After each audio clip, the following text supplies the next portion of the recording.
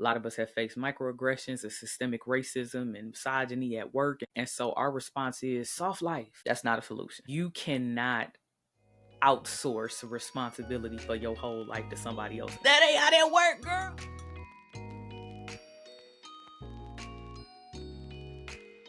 Hey, sis. This is the first episode of the Dear Little Sis segment for this season. I'm still deciding what I want to do with it, but in the meantime, I thought it was important to come on and have a discussion, particularly around this topic, because frankly, I'm sick of seeing the weirdness that is floating around social media as it relates to this topic.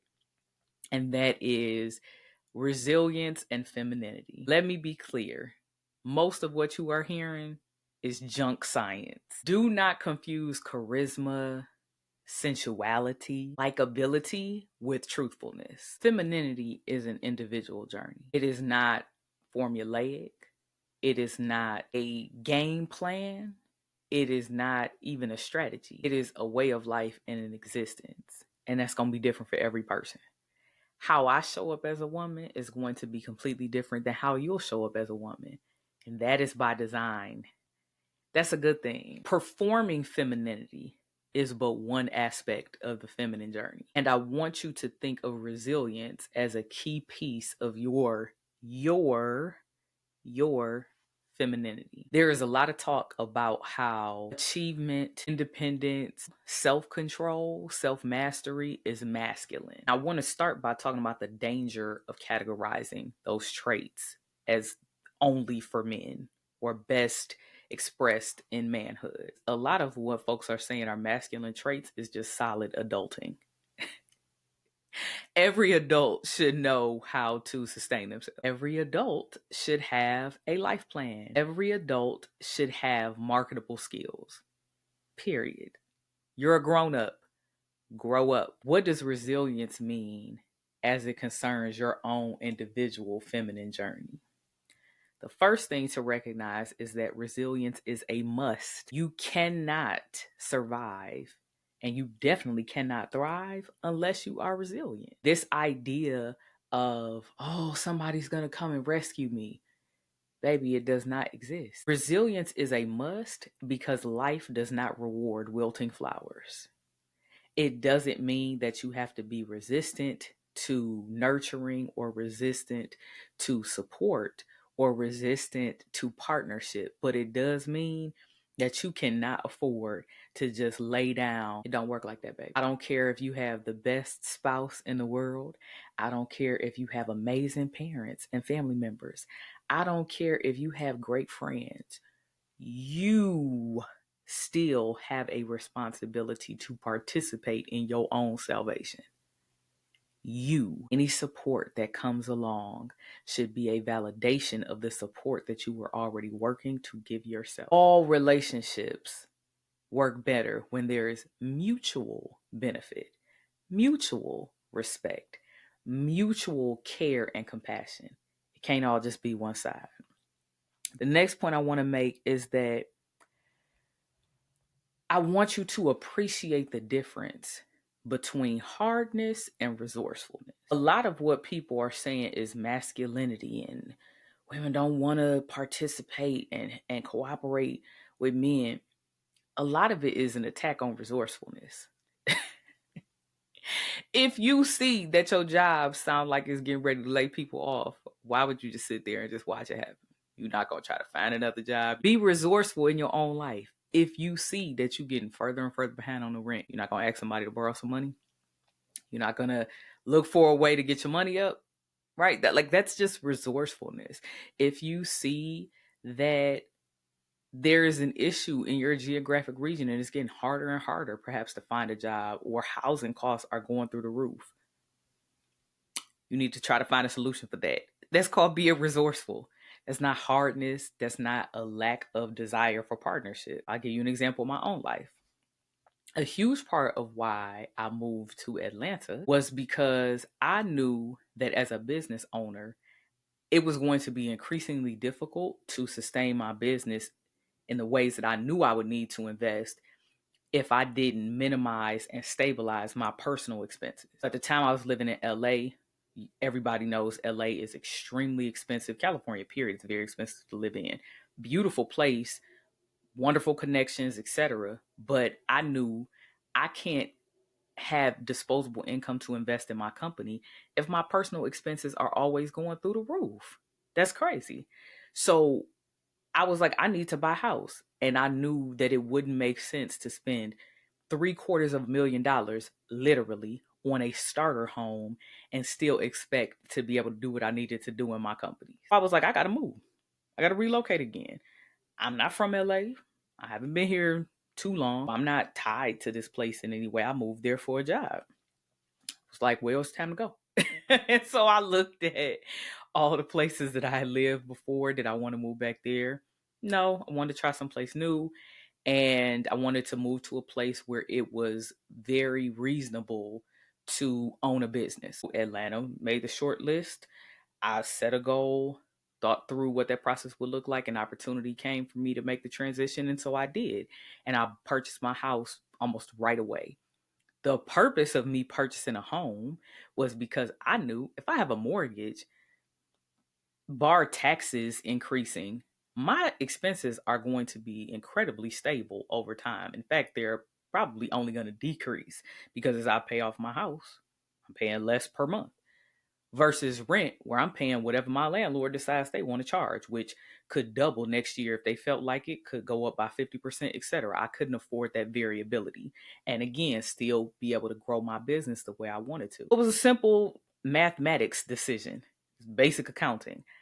Lower expenses so that as I increase my revenue, my profits grow. All of this crazy conversation about it's masking all these women, all these single women buying these houses, they ain't got no husband. It's just math, baby. It's just math.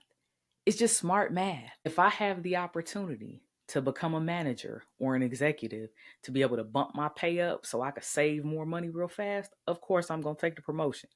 If I have the opportunity to gain more education or training to be able to stabilize myself in a career path so that I can sustain myself through economic shifts, of course I'm going to do that. Be going to get my doctorate. It's not for clout. I know a day is going to come where I'm not going to want to see nobody's school. I decided years ago I wanted to push my education as far as it'd go before I got married again, before I had kids, so it would be out of the way.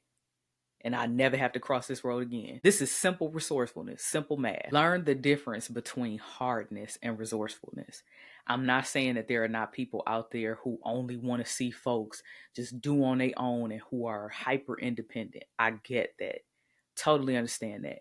But for the most part, that's not really everybody's journey. I also want you to think about the difference between independence and interdependence. Interdependence is saying that you are coming together to join forces with somebody. Independence is saying, I don't need or want anybody around. And most of us are saying that we want to be interdependent.